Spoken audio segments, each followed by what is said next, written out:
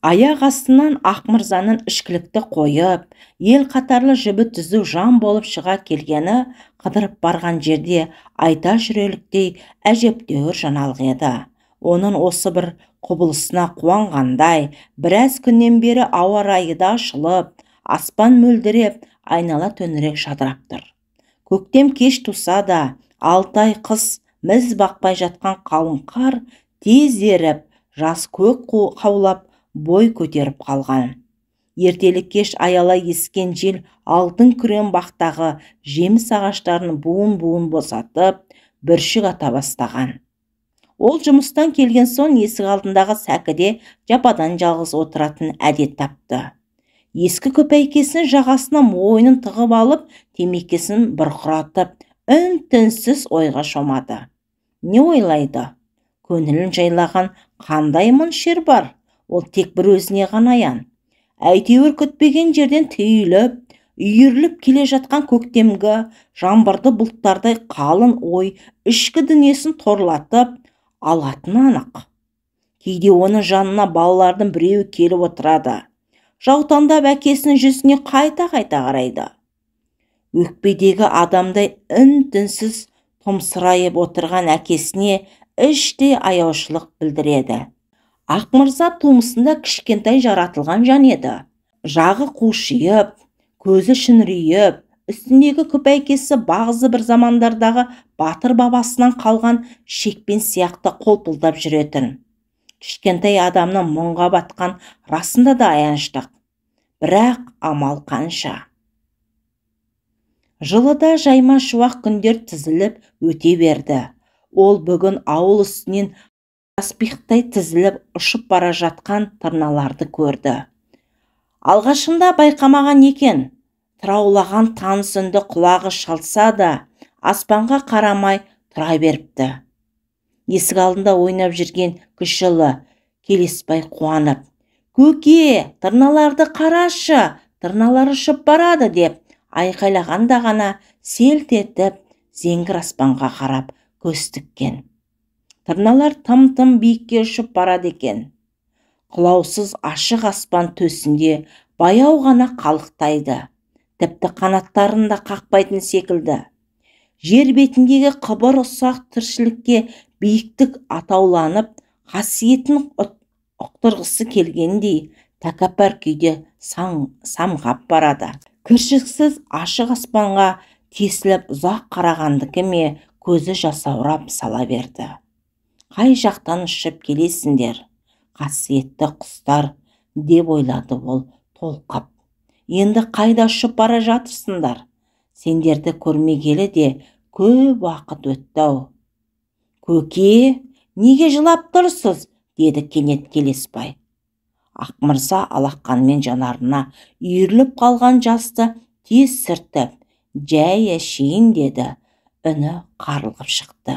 «Жәй әшейін? Аспанға көп қарағандікі болар. Ал мен аспанға қаншама қарасам да көзімнен жас шықпайды» деді. Ұлы мақтанып, «Қанша қара десеңіз де қарай берем». «Қой әрі, көзім ауырады». «Түк те ауырмайды, тағы да қарайын ба?» деп Келесбай көгілдір аспанға сініп көрінбей кеткен тырналардың соңынан және көз тікті. Қора жақта велосипедтің дөңгелегін аспанға қаратып қойып, шұқылап жөндеп жатқан Тәшкенбай. «Көке, оған қой десеңіз, қайта ерексіп кетеді» деп ескертті. Солай ма? Сосын, «Әй, бұның мінезін солай екенін мен неге білмеймін, деп ойлады өкініп. «Алдыңғынінде ауылдың үстімен тырналар ұшып өткен» деді Келесбай. «Арысбек айтады да, ақ тырналар да болады дейді. Сол рас па?» Көке, «Я, ақ тырналар да болады. Сіз өз көзіңізбен көрдіңіз бе?» «Жоқ, мен ақ тырналарды көрген емеспін. Олардың мекені қай жақта болады екен, Білмеймін, алыс жақтарда болатын шығар». Жаңағы ұшып өткен тырналар Ақмырзаның көңілін көк теңіздей толқытып кетіп еді. Көкорай шалғанда жалаң аяқ жүгіріп жүретін балалық шағы есіне түскен. Сосын Келесбайдың аяғына қарады. Бәтеңкесінің табаны сөгілейін деген бе, қалай өзі? Ар жағынан бас бармағы көрініп тұр ғой. Аяқ киімнің тозайын депті-ау, деді оған. Мектепке де осымен барып жүрсің бе? Келесбай аяғына бір, көкесіне бір қарады да үндемей қалды. Ал Тәшкенбай велосипедін жөндеп біткен болу керек. Зуылдата айдап көшеге жаққа шығып кетті. Көке, деді кенет Келесбай бір түрлі жаутаңдай қарап. Тәшкенбайдың бәтеңкесі де жоқ. Әлі күнге боти киіп жүр.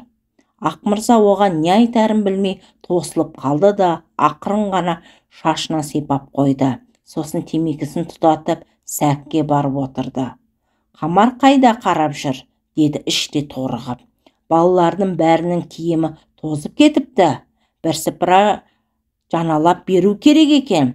Өткен айда айлықты кешіктіріп еді.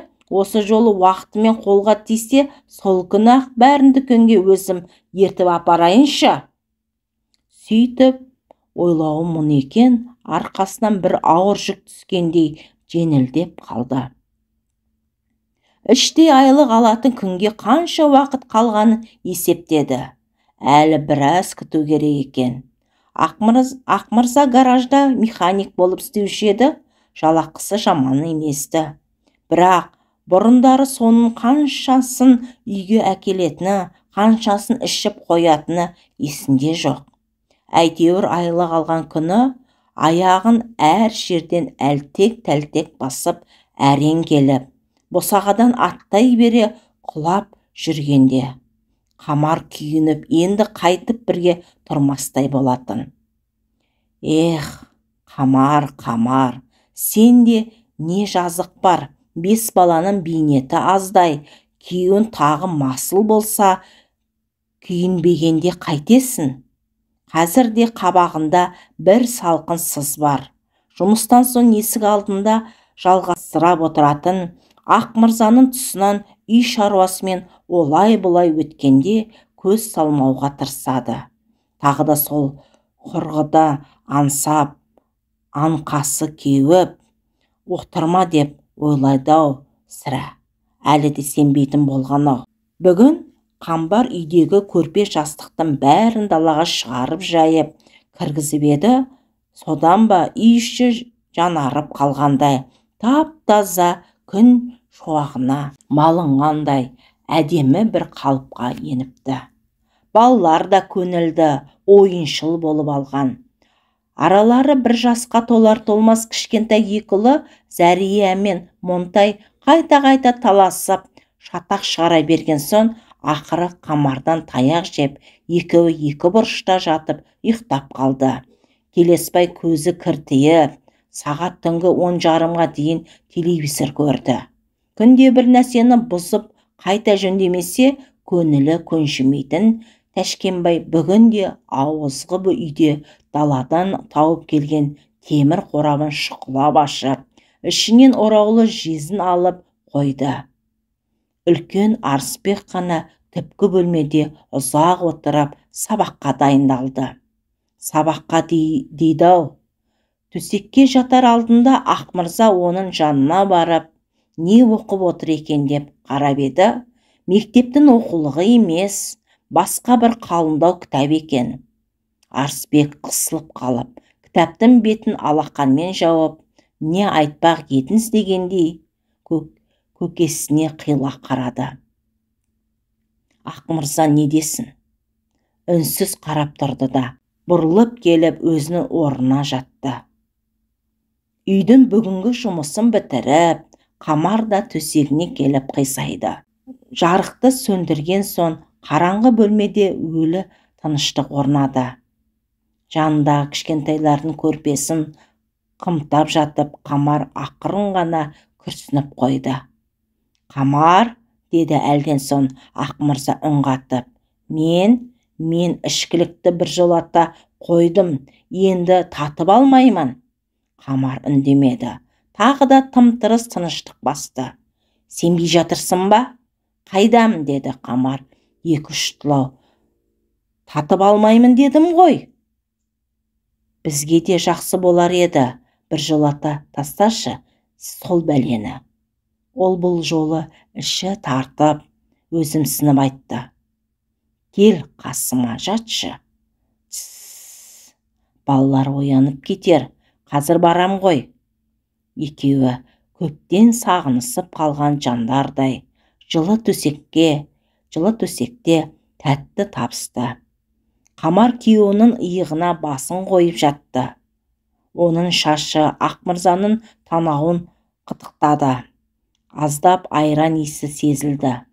Ақмырза оны мойнынан құшақтап, шашынан құшырлана иіскеп қойды. Ақан, деді Қамар кенет басын көтеріп, күйеуінің жүзіне тесіле қарап, шынымен қойдың ғой? Айтшы, шыным деші. Имандай шыным. Қамар енді оның мойнынан өзі тас қып құшақтап, бетіне бетін тақады. Ақан дейді-ау, деп ойлады Ақмырза ішінен. Бұл сөзді Қамар айтпағалы қай заман. Ақан деп ол екеуі алғаш қосылған жылдары айтушы еді. Үйленгендеріне 1,5 жыл болғанда Арысбек дүниеге келді. Сол күні Ақмырза құрдастарына өзінің қуанышын жуып, өкіртіп тұрып ішті.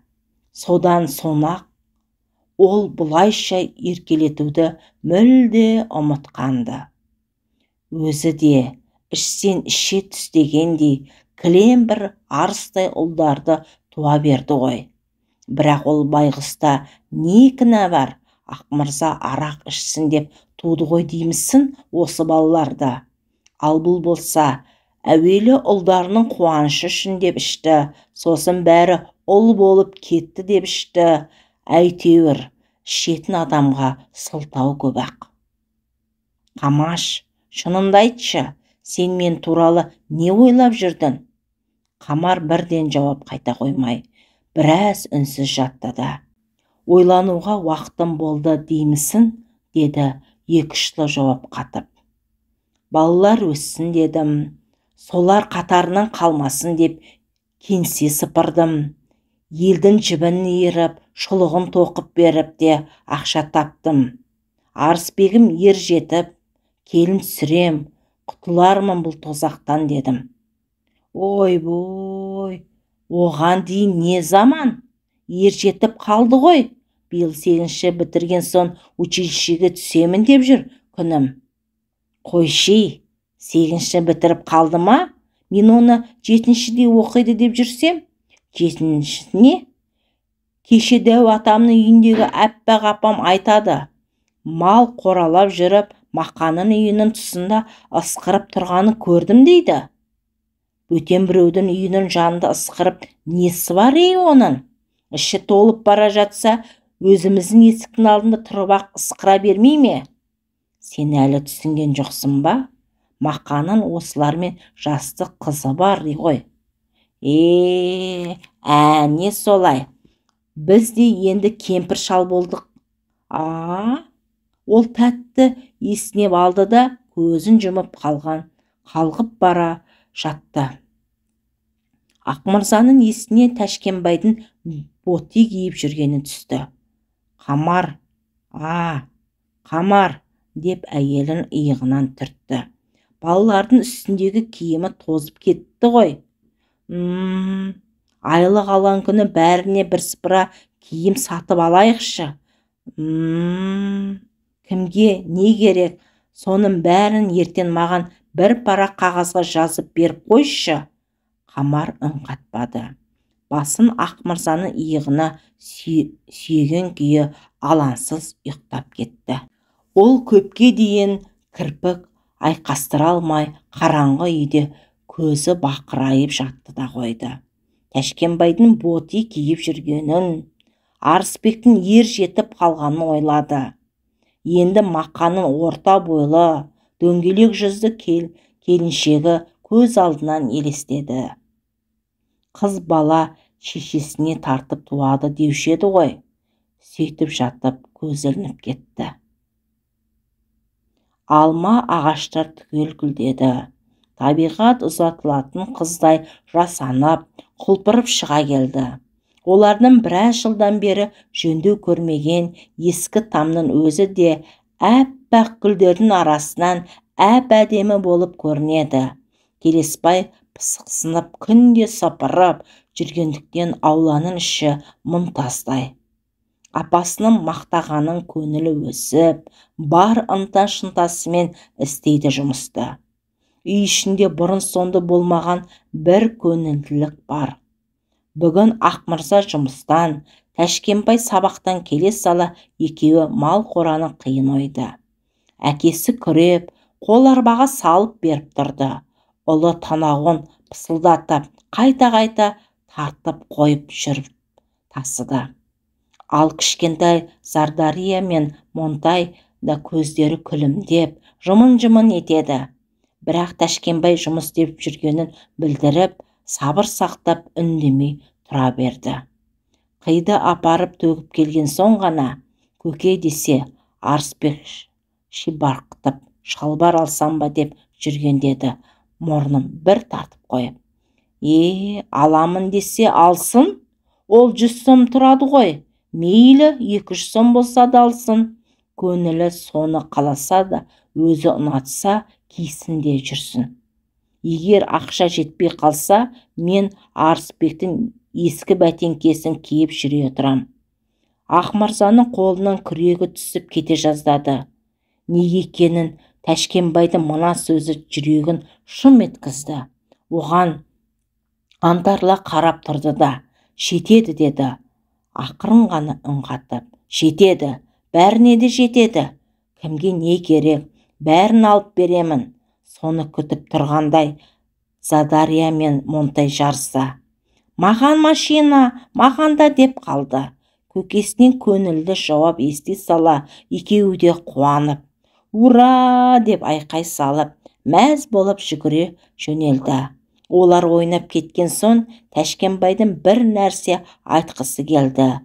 Өз-өзіне қысылып, көкесіне қайта-қайта көзі жәудіреп қарай берді.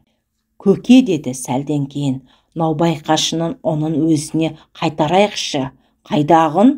Кенет Ақмырзаның өзінің де есіне түсе кетті. Ол не? Сұрап келіп жүрме? Жоқ, өзі сұрамайды ғой, бірақ баласы күнде мазақтайды. Не дейді ол? Сізді ұры дейді. Ұры дейме? Өтірік айтады ол. Біз ұрлап алған жоқпыз, қарызға сұрап алдық, солай деп айт. Айлық алған күні оның өзіне қайдарамыз. Ақмырза қи күреп жүріп қыста болған сол бір оқиғаны есіне алды. Наубайханаға үсті жабық машинамен 30 шақты қап ұн келген. Сүретін адам таппай сыр қағып жүрген наубайханашы Икрам әка гараж жақтан аздап құзылау келген жақтан Ақмырза жолығып қалды да, ол көмектесемін деп жата кеп жабысты. Қамар үйде ұн қалмады деп құлағының етін жеп жүрген.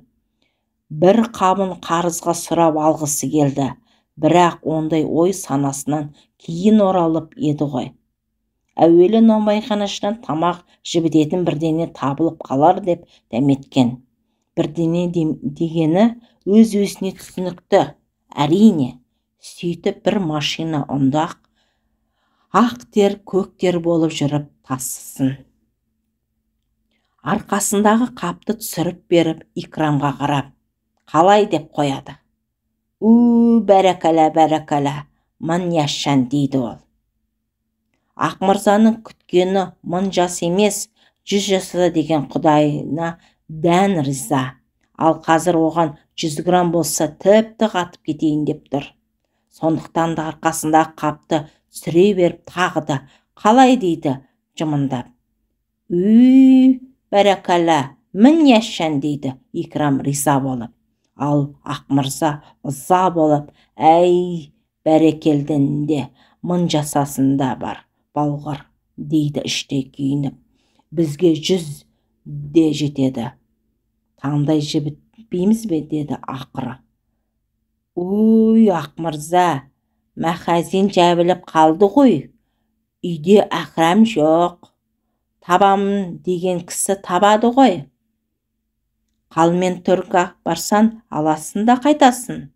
Ауылда арақты 15 сомнан үйінде жасырын сататын Қалмен деген кісі бар еді, деді Икрам даусын өкініш араласып. Оған сонша ақшаны қайдан табам? Әй, деді Ақмырза алақанынан жұққан ұнды қағып тұрып, ендеше бір қабын бер. Қарызға деп әдейі қасарысып айтпады. Икрам көзі жыпылықтап тұрып қалды да, болмайды ғой, деді. Болмаса мен болдырайын, деді Ақмырза қисық сөйлеп. Сөйтті де әуп деп бір қабынды арқасынан салып, үйіне қарай мақшындап жөнеле берді. Әй, Ақмырза, тоқта енді, мұның қалай, деп айқайлады Икрам. Бірақ соңында қуып қапты ұшына жармасқан жоқ. Әй, Ақмырза, деп басын шайқап қала берді. Кейін бір қабынды орталап қалғанда осы әңгімені Қамар естіп, қатты өкпелеп еді. Тәшкенбайдың да айтып тұрғаны сол оқиға ғой. Күн тіпті ысып кетті. Жердің ылғалы кеуіп, көше бойлап әрі өткен, бері өткен машиналардың ізінен шаң көтерілетін болды. Келесбай да есік алдын сыпырамын деп бұрқыратып ақ жіберді кейде. Алма ағаштарының гүлі ертелі кеш төгіліп, таусылып бітті. Ақмырзаның балалары да бұл жолы әкесінің айлық алатын күнін асыға күтті. Кім не алғысы келетін айтып, күнде кешкі тамақ үстінде у-шу болып қалады. Бір парақ қағазға дүкеннен алатын нәрселердің тізімін жасалды. Оны жазып жүрген Келесбай. Торкөз дәптердің бір парағына ірі әріптермен: Арысбекке ши-барқыт шалбар импортный. Тәшкенбайға бәтенге 39 размер. Маған Тәбішке орысшасы тапочка көйлек. Задарияға машина, Монтайға да машина. Екеуіне бірдей алу керек. Әйтпесе менікі жақсы деп таласып қалады. Апама деп жазып, апасына қарағанда ол: әй, мені келесі айлыққа қалдырыңдар. Келер жолы не аларымызды білмей аңқиып қалмайық, деп күлді. Сөйтіп әзірге бәрі де осы тізімге тоқталды. Бүгін міне Ақмырзаның айлық алатын күні. Балалар әдеттегідей тыс тату, көңілді жүр. Біресе Келесбай, біресе Тәшкенбай велосипедке мініп, көшенің бас жағына дейін зуылдатып барып қайтады. Көкем келе жатқан жоқ па екен деп біраз қарап тұрды да кейін қайтады. Гараж жаққа баруға бүгін бір түрлі ұялады. Неге екенін Ақмырза күндегі келетін уақытынан кешігіп жатты. Ақыры Тәшкенбайдың шыдамы таусылып, мектептің арт жағына доп теуіп жүрген балаларға қосылып ойнауға кетті. Күн батуға тақады. Көкем қашан келеді деп біраз қыңқылдап алған соң, Зардария мен Монтай да жалығып үйге кіріп кетті. Арысбек сәкіде отырып кітап оқыды. Тек Келесбай ғана төзімділік танытып, қақпаның алдында тұрып ұзақ күтті. Бір кезде осылай қарай дедектеп жүгіріп келе жатқан Тәшкенбайды көрді. Қуанғаннан жүрегі атша толап, Задария мен Монтайды айқайлап шақыруға да шамасы келмей қалды. Адам біреуді ұзақ күтіп жүріп, кенеттен қуанышты хабар естісе, сасқалақтап, есі шығып кетеді ғой. Келесбай да сөйтті. Тәшкенбайдың алдынан жүгіріп шығып: көкем келе жатыр ма деп сұрады алқынып. Ол үндеген жоқ. Бақса, Тәшкенбай жылап келеді екен. Түкке түсінбеген Келесбай: саған не болды, төбелесіп қалдың ба деп тосылып: не болды, Тәшкен, көкем қайда? Тәшкенбай оның тұсына жете бергенде сәл тоқтап, көз жасын жеңнің ұшымен сүртіп тұрып: көкем мас, деді буылға сөйлеп. Ана жақта Мақаның үйінің жанында шарбаққа сүйеніп тұр. Келесбайдың алып ұшқан көңілі су сепкендей басылып, талай күнгі қуанышын әп-сәтте біреу тонап алып кеткендей ішкі әлемі құлазып сала берді. Қалайша, бізді алдағаны ма сонда, деді еріндері дірілдеп. Көкеменді ішпеймін деп еді ғой. Бізді бүгінгі магазинге ертіп апарамын деп еді ғой.